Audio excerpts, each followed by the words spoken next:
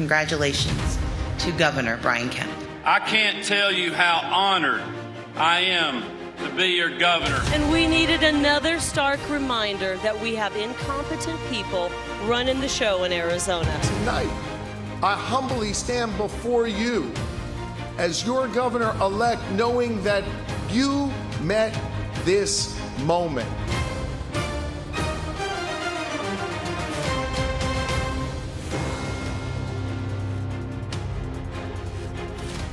Welcome back to our CBS News election night coverage. It is 1 a.m. in the East on the biggest night in politics, and it has been full of exciting developments.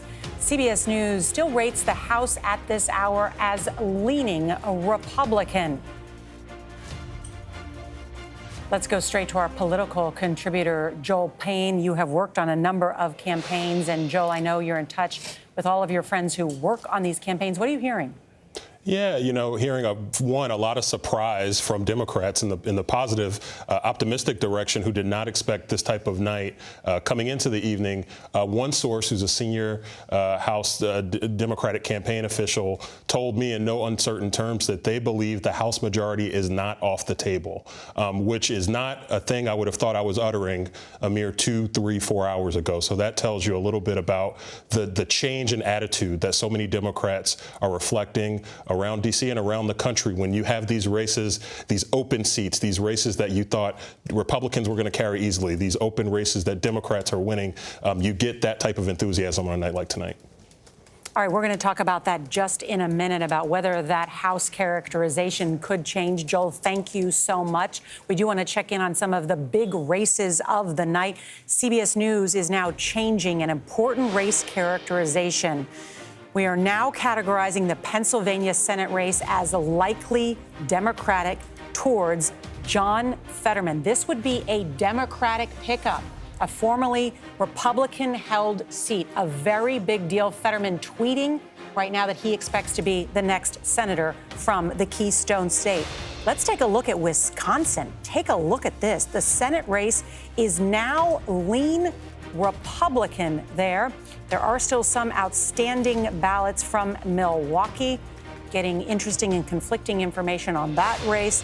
And in Arizona, CBS News characterizes the Senate race there as lean Democratic, which would be a hold for the Democratic senator incumbent there, Senator Mark Kelly. Let's take a look now at Georgia. All eyes on that state with 94% of the vote in. That race still a toss-up, and that very well could end up in a runoff. With some of the sources I'm talking with tonight believe that that may be the case. We should now take a look at the battle for control of Congress. You see the numbers there. Dead even right now, still a number of these races outstanding. I want to go now to Robert Costa, our chief election and campaign correspondent. You're from Pennsylvania. You spent a lot of time there with both campaigns. What are you hearing? It was just a few months ago I drove to Pennsylvania in the morning to conduct a breakfast interview with John Fetterman. He never showed up. It was that morning he had a stroke. Sat down with him a few days ago, and he said he did that debate with Mehmet Oz because he wanted to show Pennsylvania voters that he's absolutely fit to serve. His quote. And so he endured what many people thought was an uncomfortable debate for him. He had to use closed captioning during the debate and during our recent interview for CBS News. But as our data shows, it looks like he's in a strong position right now to potentially win this Senate race. He's claiming he will be the next Pennsylvania senator on Twitter tonight. Really interesting, Robert Costa. Thank you. Want to go to Major Garrett because he has got the data board there. Major. So, Nora, as we've learned, every moment counts on a night like this. An hour ago, we were characterizing this race as a toss-up. Then we went to lean Democrat. Now we've gone to likely Democrat for the Democratic nominee, John Fetterman. Why? Let me show you. In general, if you're a Democrat and you're going to carry the state of Pennsylvania, what do you have to do? We've talked a lot about Philadelphia and the surrounding suburbs. You need to move some of that blue up to the northeastern part of the state, hold Center County. That's where Penn State University is. I'll go back to the regular map. Get Erie County and then Allegheny. That's where Pittsburgh is. John Fetterman is doing that. Let me go through the what vote remains. With 90% in, obviously 10% outstanding. Let's work through our numbers. What would Mehmet Oz need, the Republican nominee, to overtake John Fetterman's current lead? He would need 57% of the outstanding vote. We currently estimate His threshold is 45%. So that's a big gap between what he would need to overtake John Fetterman and what we believe he's likely to get. And here's one of the reasons why. Where is the outstanding vote of that 10%, Norah, on the table? Where did I say a Democrat needs to do well in Pennsylvania statewide? The suburbs around Philadelphia, Philadelphia itself, and Erie, Allegheny, Center County, all of that's where the outstanding vote is. That's why we have shifted this from lean Democrat to likely Democrat. Major, when I texted a senior Democratic official in the last hour or two, I said, how's Fetterman doing? And they noted that Fetterman was outperforming Biden in some areas. Is that true? That very well may be true. Let's take a look. Here's the presidential race in 2020. So you can see this is that all those counties are basically the same, but they're a little bluer for John Fetterman. So he is outperforming Biden, if only by a little, but every little bit of outperforming Joe Biden in a presidential election would certainly count. And that's what all the data so far indicate. That's why we've shifted it to likely Dem. All right, we want to dig in on those other races. I know, because Gail is sitting there, too. I mean, we're just looking at, like, all this. So interesting about Georgia, Arizona. But just a second, because I do want to check in with Jerika Duncan, because she is in Pittsburgh at John Fetterman's campaign headquarters. Wow, Jerika, it sounds like the party's started. Yes.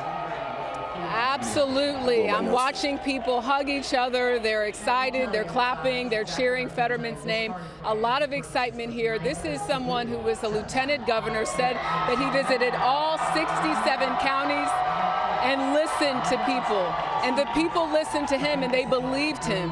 And as you predicted, or as we're predicting in these results, that he won this seat. I want to read the tweet really quickly that just came in about 10 minutes ago from him. He said, "It's official. I will be the next U.S. Senator for Pennsylvania. We bet on the people of Pennsylvania, and you didn't let us down, and I won't let you down. Thank you." Again, what Robert Costa was saying just about him coming back from a stroke, and what an incredible story, Robert. I didn't realize that you were supposed to meet with him the day that it happened. But for him to come back, have to own the fact that he had some issues and he mushed words together, as he put it. But as he said throughout this campaign, I've been knocked down and I've gotten up. So John Fetterman, the next U.S. Senator for Pennsylvania, and he's likely to come out any minute now. Of course, we'll bring you the very latest as soon as that happens. Norah? Jerika Duncan noting there that Fetterman has claimed victory. We should note that CBS News has not yet called that race, but of course we will keep you up to date on that. One of the mysteries of the night is why Democrats are having a better night than was predicted. Republicans started this night confident. Some might even say cocky. Well, some new exit poll information about the role of independents. Let's go now to Vladimir Duthier for that. Vlad? So, Norah, we have been looking at some of the interesting numbers coming in, myself and the exit poll team. So Democrats are narrowly winning independents tonight. Take a look at this number. But if the Republicans do win control of the House of Representatives, it'll be in contrast to recent midterm elections. I just want you to take a look at these numbers here. Back in 2014, when Republicans won, take a look at that number of independents voting. Back in 2018, when Democrats won, take a look at that number. And this is what's happening tonight in 2022. Democrats narrowly winning independents. So what happened? Exit polls show Republicans were on track to win independents by double digits, but that was before October. Take a look at what's happened since. Democrats are winning them. Well, that is remarkable, because usually in midterm elections, the out party wins the independent vote. We're going to have to dive deeper into what is it that independents saw, what drove them to the polls towards the Democrats. Yeah, what happened in October, John Dickerson? Well, nothing comes to mind. Right, I mean, you could imagine, during the January 6 hearings or something, independents turning against Republicans or some big national event. But one thing also, just to pick up on Vlad's point within Pennsylvania, Biden won independents in Pennsylvania 52-44. Fetterman is winning them 57-39 over Oz. So he's outperforming Biden. He's outperforming Biden among these independents, and you can imagine that sort of fits with his vibe that he's been selling on the campaign trail. But Norah, based on a lot of what we're seeing in the exit polls, it might have been what happened in June, because abortion is coming up in those exit polls as in Pennsylvania as the top concern. Inflation coming in secondary. to that. All right, a lot of different things to talk about, but I do just quickly want to note we should talk about Nevada because that is such an important state. Democrats consider Senator Cortez Masto their most vulnerable Democrat. Major Garrett. That's exactly right. It's not an insult. Democrats did look at this race and feel that Catherine Cortez Masto was the most vulnerable of the incumbents trying to hold on to a Democratic seat. Now, for our eagle-eyed viewers and those who are watching the bar go by and watching the CBSNews.com website tracking votes coming in, they might have been alarmed maybe 30 minutes ago to see Nevada voted 1% and then, boom, instantly jumped to 44%. My colleague David Becker will explain why that was in a minute, but here's where we have the race as a toss-up. We have a little bit of results in from Reno, Carson City, a little bit coming in from Las Vegas, but this race is clearly a toss-up, 44%. There's more coming in, but why did it go instantaneously from 1% to 44%? There's nothing askew there. Nothing is going wrong. David Becker will explain what's going on.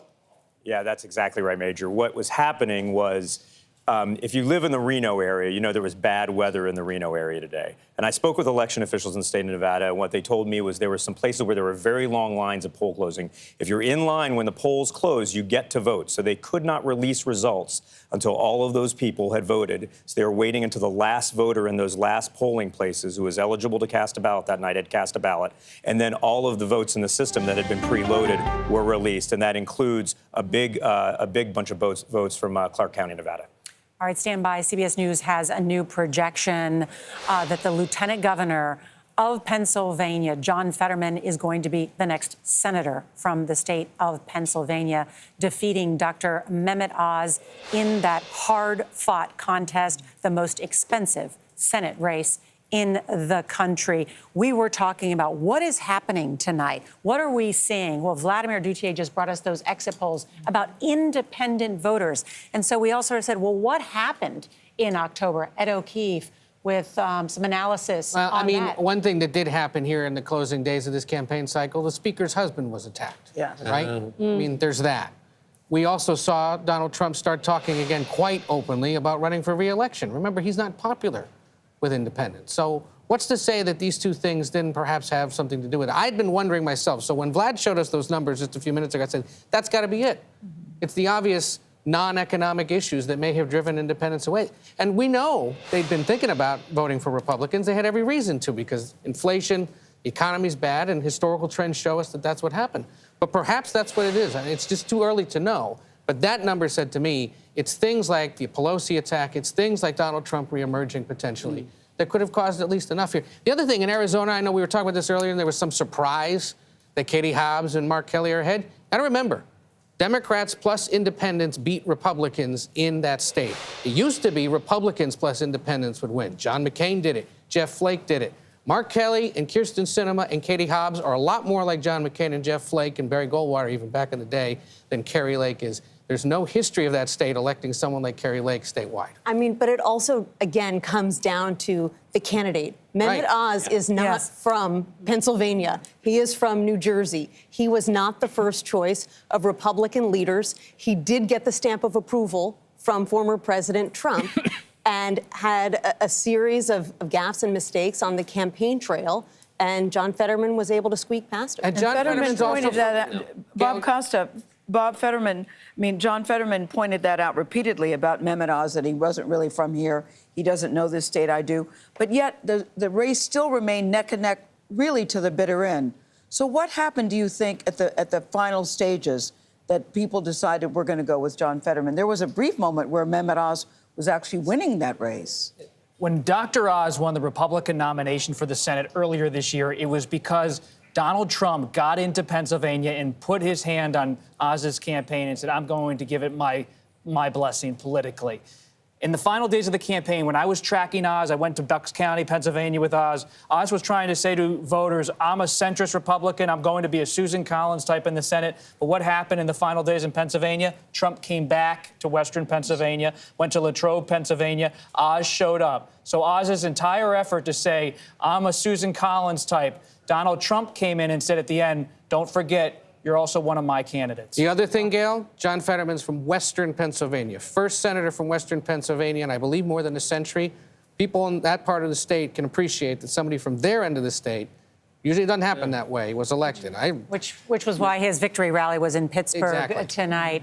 All of that analysis, excellent. We're going to have more on these key Senate races and the path to victory. Does one still exist for the Republicans in the U.S. Senate? Scott MacFarlane with the very latest. You're watching CBS News, America Decides.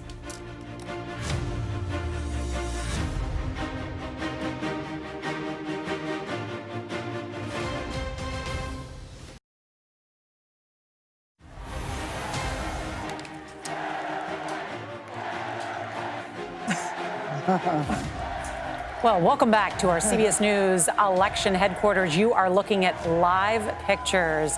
That is the Lieutenant Governor, John Fetterman. In a hoodie. Yeah, in his hoodie. Yes. In Western Pennsylvania, declaring victory tonight over Mehmet Oz. Let's listen for just a second.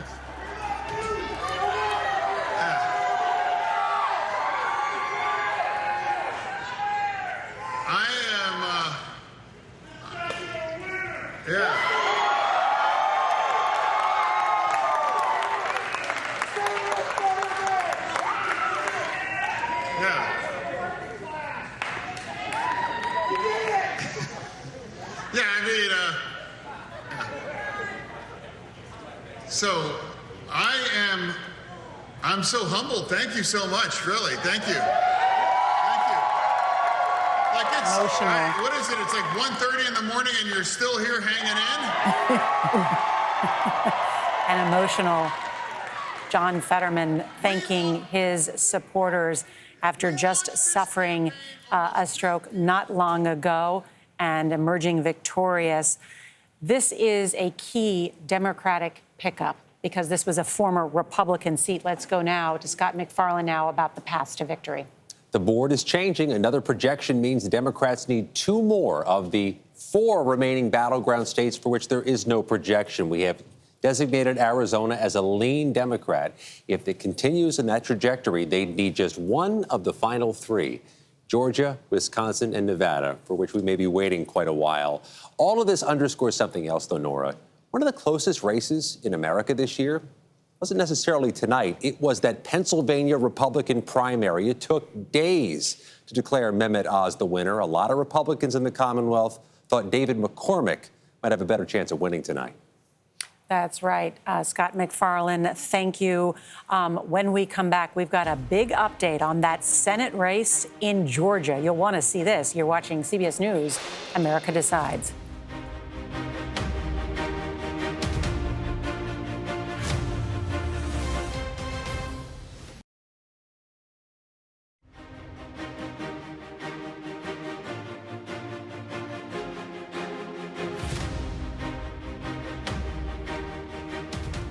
Welcome back to our CBS News election night headquarters. We want to check in on that very close Senate race in the battleground state of Georgia. Let's go now to David Becker, our CBS News election law contributor. And David, when you look at what's happening in Georgia, what are you predicting? Well, I just got off the phone with Georgia election officials, and given where we are, we have about 95% of the vote in, and what the margins are right now, the leader right now is Raphael Warnock with 49.2% of the vote. They view it as a near certainty there will be a Senate runoff in Georgia on December 6th. And that's because there's just no way for either one of them to reach 50%. It's just exceedingly unlikely that either one of them could get to the 50% threshold that would avoid a runoff. So it'd be 4 weeks from today. All right, I do want to ask you about Arizona in just a second, but want to check in with Nicole Killian because she is there in Atlanta. Nicole? Hey, good evening to you, Norah. And I do want to add to the conversation you're having. As you see, we are outside of Herschel Walker's headquarters here in Atlanta, and that's in part because the campaign just told supporters to go home because they expect this to be a long night. And a lot of this is because they are still waiting on vote totals from counties north of Atlanta. These are Republican strongholds where they feel that Herschel Walker probably performed well. They also think that there is some outstanding vote in the metro Atlanta area, counties like DeKalb. and Gwinnett, which could potentially be more favorable to Herschel Walker's opponent, Senator Raphael Warnock. And so basically where the rubber meets the road here is they want to know what that spread is. They believe there are still hundreds of thousands of votes that are out there. How many of them are early votes? How many of them are absentee ballots? How many of them are in-person voting from Election Day? And so based on that spread, they feel like they can get some clarity once they have a better sense of those numbers. Now, in terms of those outstanding counties, some of those offices have now closed. So that's why they told supporters to go home, because they just don't expect to get those results tonight. And so they do expect that hopefully more of those totals will start coming in tomorrow morning. I would note, because of Georgia's new voting law, counties have to report all of their totals to the Secretary of State by 5 p.m. Eastern. So they do expect, hopefully by the close of business, that they will have some clarity around this race. I also want to note, in terms of the chances of a runoff versus an outright victory, one campaign official told me that they do think there's probably a 60% chance that this goes to a runoff, maybe 20% that it doesn't. Lastly, we are hearing from the Warnock campaign tonight, which just told CBS News that we can't expect to hear from the senator within the next 15 to 20 minutes. Wow, a lot of great reporting there, Nicole Killian. Thank you so much. Next, breaking news and some new race results. That's next.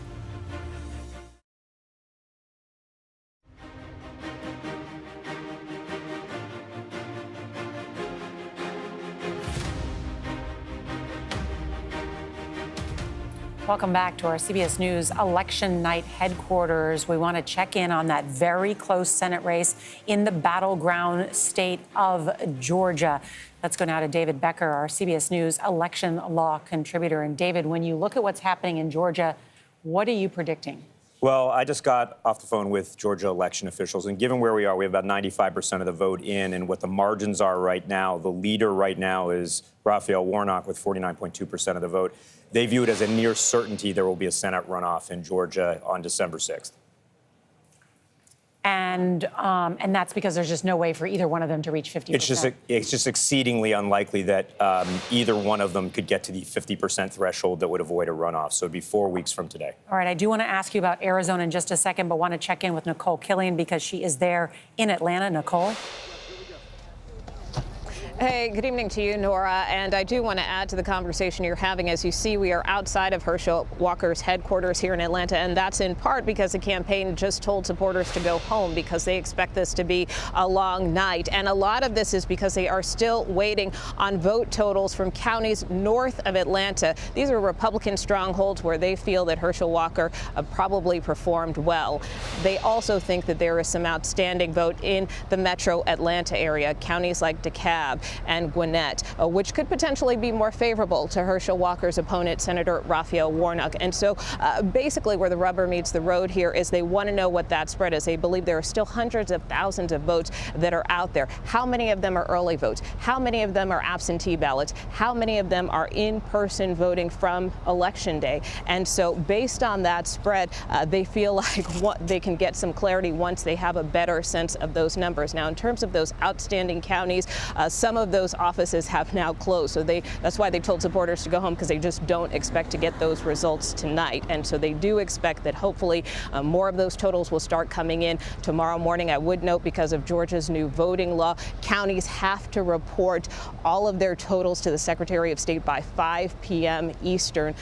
So they do expect, hopefully by the close of business, that they will have some clarity around this race. I also want to note, in terms of the chances of a runoff versus an outright victory, one campaign official told me that they do think there's probably a 60% chance that this goes to a runoff, maybe 20% that it doesn't. Lastly, we are hearing from the Warnock campaign tonight, which just told CBS News that we can't expect to hear from the senator within the next 15 to 20 minutes. Wow, a lot of great reporting there, Nicole Killian. Thank you so much. Next, breaking news and some new race results. That's next.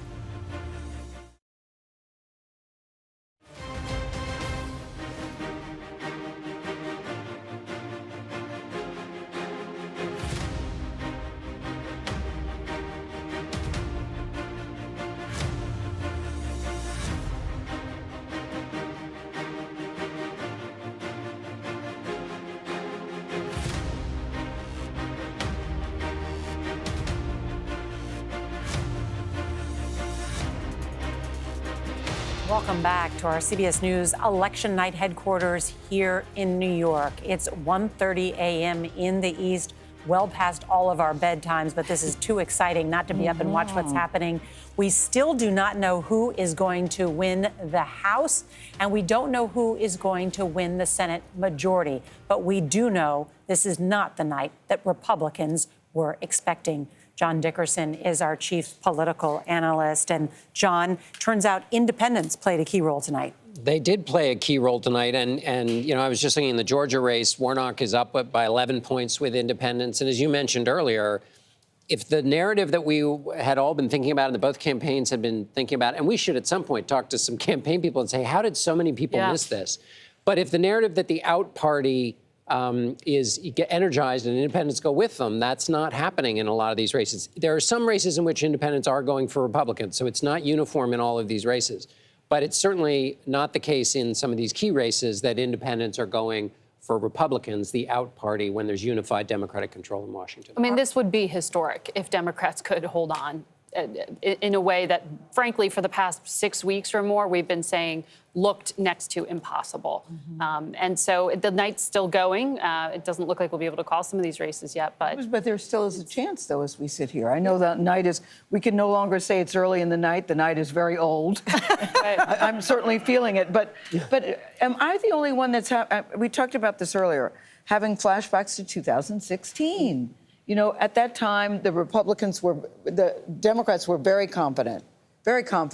And as going in tonight, the Republicans were very confident. And I remember sitting not in this room, we were at our old place, saying this did not turn out the way that we expected it to.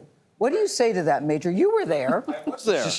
We all remember on the evening of 2016 when the Virginia results came in, there were people with the Hillary Clinton's campaign talking about, well, we're beginning to see the emerging Clinton coalition. Do you remember those sound bites? Yes. About 7, 8, 9 o'clock? Well, they didn't age well. Yes. Because voters surprised you. We talked about that earlier.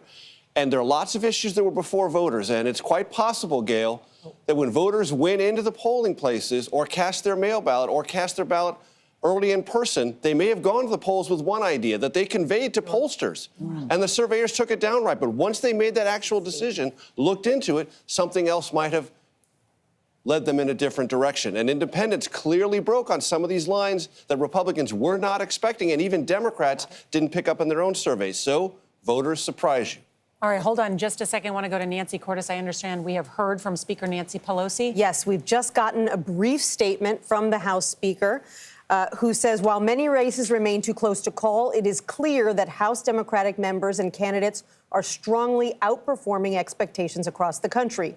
As states continue to tabulate the final results, every vote must be counted as cast. Many thanks to our grassroots volunteers for enabling every voter to have their say in our democracy. So she's clearly hedging here. She's not claiming victory for the Democratic Party. She's not saying she's going to keep the Speaker's gavel, but she's saying that her party is having a better night than was expected. And we are also hearing, I think, that we're going to hear from the Republican leader, Kevin McCarthy. We would mention that empty ballroom.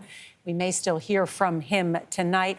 Also this, history is usually against the president's party in these midterms. It's usually a loss of the average 28 seats in the House and 4 in the Senate. So no matter what, President Biden and his Democratic Party are going to claim some sort of victory by not having those big of losses as past presidents have had. But you can't overstate what a massive difference it would be for the Biden administration for the next 2 years if they hold on to the House by even 1 seat as opposed to losing it by 1 seat.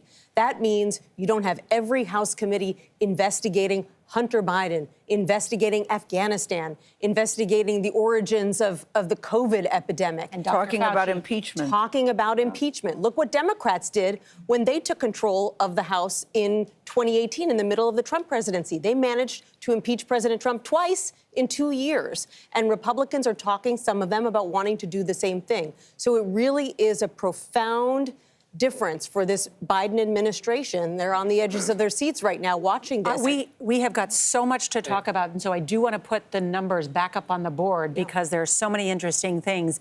In Arizona, the Senate race between Democrat Mark Kelly and Republican Blake Master leans Democrat at this hour. Let's take a look at Nevada. With only 44% of the vote in that Senate race, still a toss-up. More to talk about that. In Georgia, the Senate race there, a toss-up. And election officials are telling David Becker a runoff is a near certainty. And in Wisconsin, take a look at this. The Senate race is lean Republican towards incumbent Ron Johnson. Last time I looked, though, it's about 40,000 votes. We're going to check in with Major and Anthony on that. And then take a look at the race for governor in Wisconsin. CBS News projects Tony Evers will win re-election. And if you guys don't mind, I want to dive into Wisconsin because Mandela Barnes, the lieutenant governor, against a powerful incumbent, Senator Ron Johnson. Yes, we'll get to the governor's race first, though, Norah, because we just called that. Because, Anthony, explain to the audience why Tony Evers now, according to our projection, will win the governor's race and win re-election. Okay, this is very straightforward math in some respects. It's all about what remains. Right now, just 7% of the vote is outstanding. And what would Michaels need to catch up? He'd need 69% of it. He's getting 48 statewide, so that isn't going to happen. That's why you can project the race. The other thing about this, and it speaks to what we were talking about before, expectations. We went into this night with a lot of Democrats and a lot of pre-election polls, them saying they may or may not turn out. We had turnout expectations that were lower for them. However, at the decision desk, we go county by county looking at expected vote, and they've hit those expectations all along, which is to say, later in the day, Democrats did turn out in a lot of these places that helped Tony Evers, and it's helped Democrats so far in a lot of places. Let's communicate what we see in that Senate race. Okay, the Senate race, much closer. I've got a narrow lean on this. It is leaning Republican. Ron Johnson up a little bit on Mandela Barnes right now. Here's a case again. I'm going to show you the outstanding vote, and what's going to happen is, 8% outstanding. Well, what does Mandela Barnes need to catch up? Well, 60%. That's difficult, but not impossible. It's not the kind of large number you would say it rules it out. So that's why this is still a competitive race. Okay, so I'm getting texts about this because I'm asking about this. How much outstanding vote is there still in Milwaukee? If there's a lot of outstanding vote, that means that Mandela could still potentially win. If not, let's see. Yep. Okay. So let's do this. I'm going to show you right now the outstanding vote, and I'm going to show you where we are with the vote overall. So 89% in. Okay. 322,000 votes outstanding. Okay. Now I'm going to dive in. Hold on. I'm going to dive into Milwaukee right here. Okay. Mandela Barnes doing well at 69%. Okay. And it's 77% in. So you're still looking at a quarter of the vote, Norah. You're still looking at a quarter of the vote in Milwaukee that could come in, and that could... Where his margin is almost 40% better than Ron Johnson. Exactly, and that could still boost... That's the X factor that holds it back from going from lean Republican to likely Republican. Oh, yeah, absolutely. Got it. So, okay, so so bottom line without all the numbers, are there enough votes in Milwaukee for Mandela Barnes to pull off a victory? There might be. There might be. It is possible. But yet you're still leaning Republican, though, even though it's still a possibility. It is. It's a possibility, but he's going to have very strong turnout from here, and our expectations of the vote are going to have to be very precise, and he's still going to have to do well. Okay. Let's touch base with Adriana Diaz because she is there in Wisconsin, and quite a turn of events tonight, Adriana.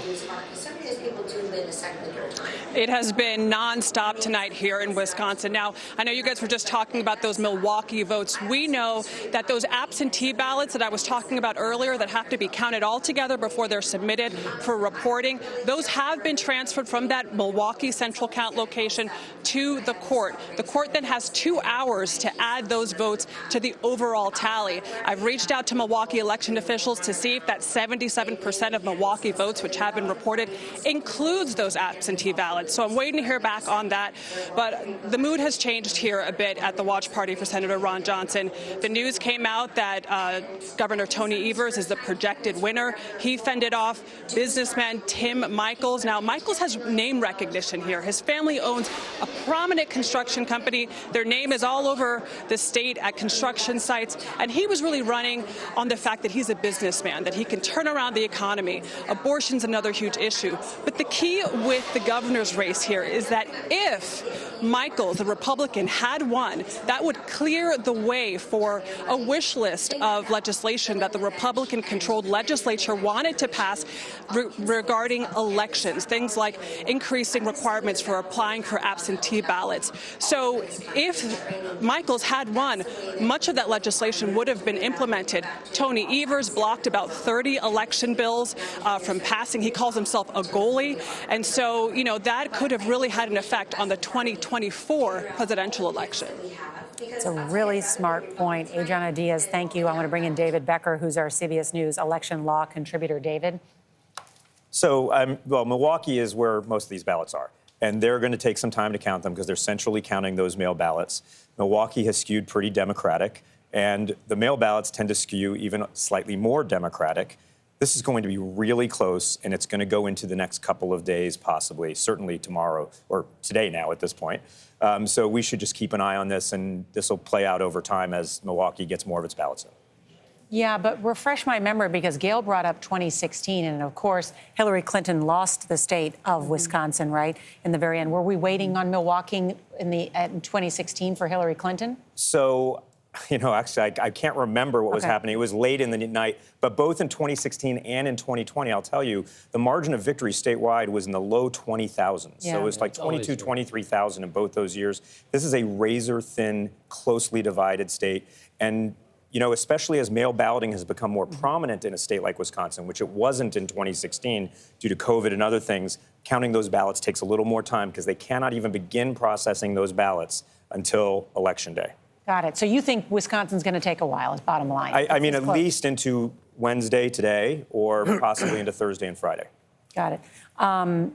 Want to just touch base, too, with Scott McFarlane. I know you've got the paths to victory, but both Gail and I have been sitting here talking about, too. It seems like a lot tonight, a number of election deniers have gone down in flames. Before we get to that, though, quickly, a CBS News projection. Governor Whitmer has won re-election as the governor of Michigan, defeating Tudor Dixon, who happens to be an election denier.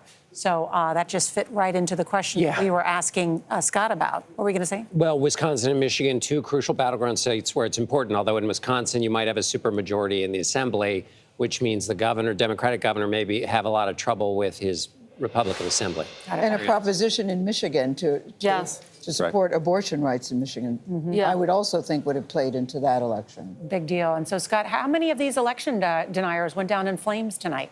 A few dozen have lost. More than 120 of the 308 we tabulated have won. Michigan really is a paradigm example. The fortuitous timing on that call, because the top of the slate for the Republicans all had some component of election denialism during the campaign, Tudor Dixon being one of them, the Secretary of State candidate also. But our top line number of the 308 federal and statewide candidates, 124 have won. Some were expected to. Many who've lost were expected to lose. They were in very blue districts. But at this moment, there are big success stories and big failures among the election deniers. One of them won the Ohio Senate seat tonight. One of them lost the Pennsylvania gubernatorial race per our projections. So it's noteworthy. In some cases, this resonated. In some cases, this fell flat, Norah. All right, Scott McFarlane, thank you. And as we have been reporting, Republicans did not have the type of night that they wanted tonight. But one Republican extremely happy, Ron DeSantis, the governor of Florida, who won big tonight. When we come back, we'll talk about his political future and whether he could run for president in 2024 and what his relationship is with Donald Trump. That's next.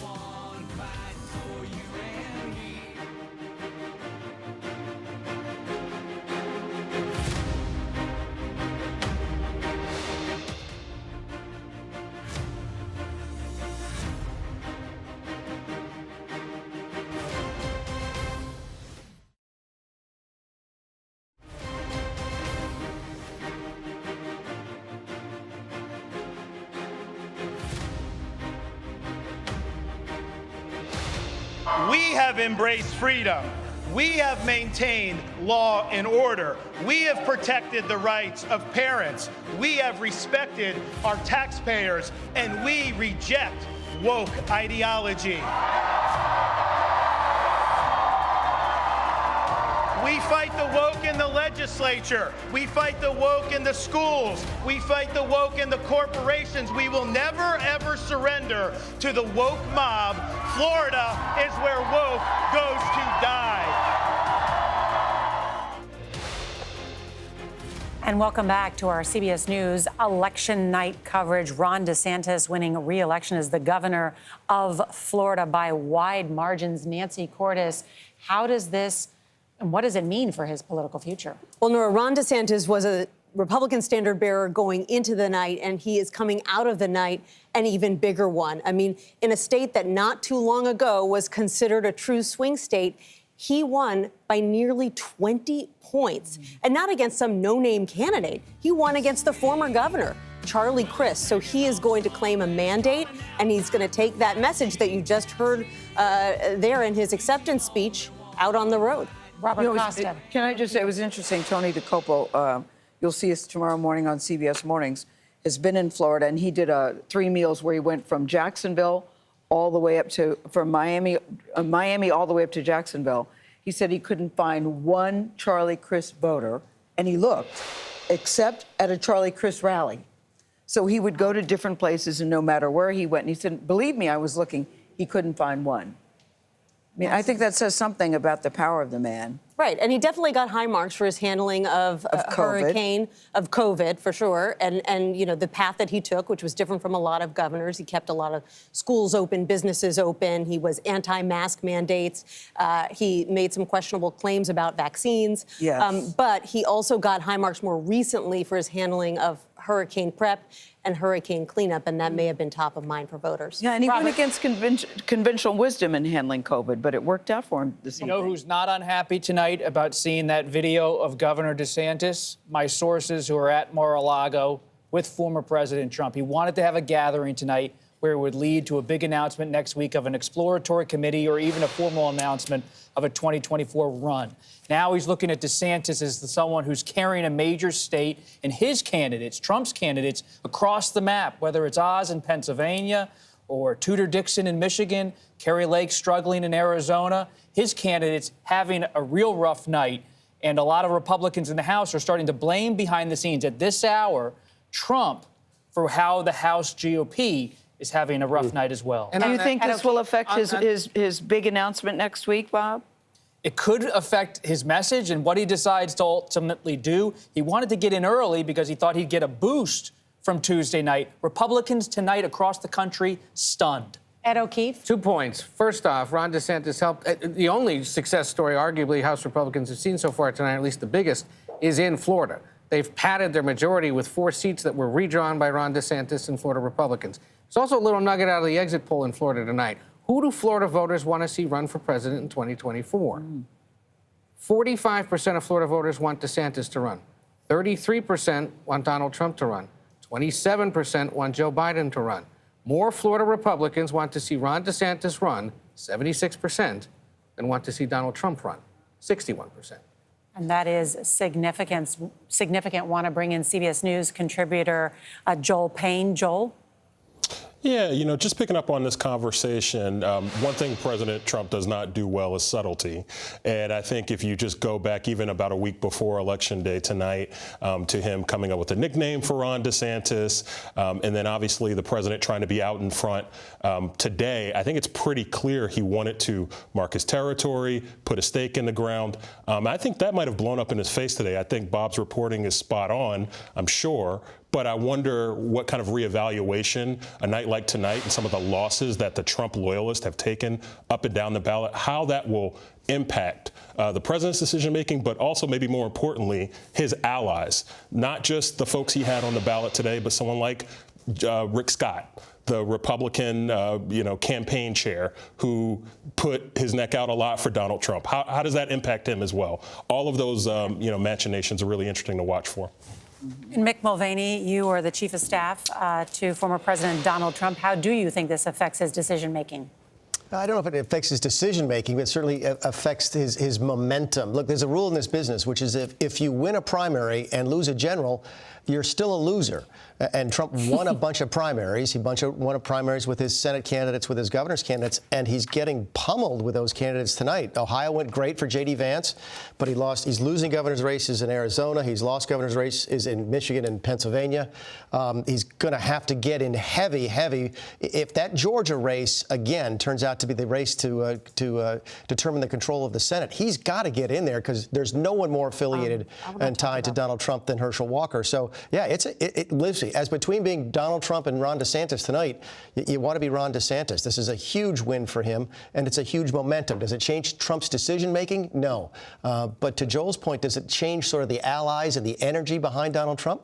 Yeah, and probably rightly so. DeSantis wins tonight, and Trump is not doing very well. Mick Mulvaney, thank you. Robert Costa, is it too soon to predict the political death of Donald Trump? It is too soon to predict, but here's what I can offer with some fresh reporting. Republican strategists across the country who are working for Trump's rivals right now behind the scenes are all texting and calling CBS News tonight and say because of what happened for Trump during this midterm election, whether it's Governor Larry Hogan of Maryland, Senator Ted Cruz of Texas, Senator Josh Hawley, donors and allies of these possible contenders in the GOP who are probably going to sit this one out are now starting to text their allies tonight and saying, maybe we jump in. Even if Trump gets in early, maybe it's our time. I'm also not so sure that Donald Trump's going to go to Georgia and be any help at all. Remember, David Perdue, his selected candidate for governor, got spanked by 50 points.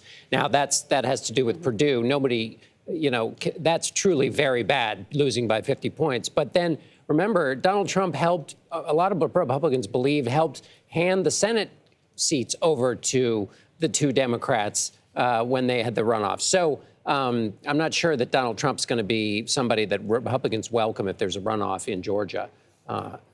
And I also am not sure that he cannot run because of his legal challenges. There are benefits to running and raising money as an aggrieved person that he may have legal reasons he may want to run. Well, the reason if he stays out as a candidate, the RNC can still pay his bills. If he jumps in as a presidential candidate, the RNC will no longer be able to pay his legal bills. Major Garrett, the implications of tonight for the Republican Party, who was quite confident. We all talked to our sources that they would win big tonight, and yet that has yet to materialize. They're overconfident, and they did not read things that are sometimes not visible, which is what are independents going to do? How are they going to break? What was day of turnout? Did Democrats rally in the last 3 or 4 days of this campaign, hearing this pummeling narrative, hey, you're going to lose, you're going to lose, you're going to lose? Sometimes that creates a psychic backlash. And that may have been what happened. We're going to have to sift through the data. But clearly Republicans overread the data and overshot their expectations in all their conversations with us did materialize. All right, Major Garrett, thank you. And let's take one final look at where we are in the fight for control in the House and the Senate.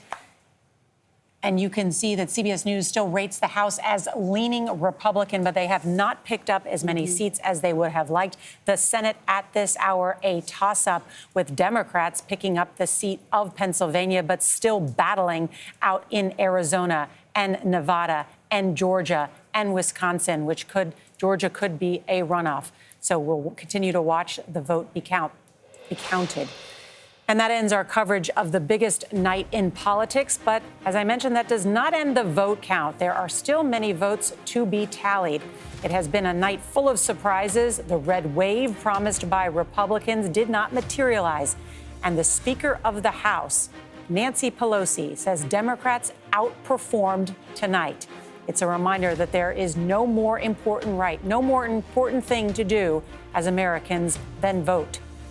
And ultimately, winners and losers, majorities and minorities are determined by who shows up to the polls. Our election coverage will continue on your local news and on CBS Mornings and later on the CBS Evening News. For Gayle King, John Dickerson, Margaret Brennan, and our entire political powerhouse team, I'm Norah O'Donnell at CBS News Election Night Headquarters. Good night. Good night.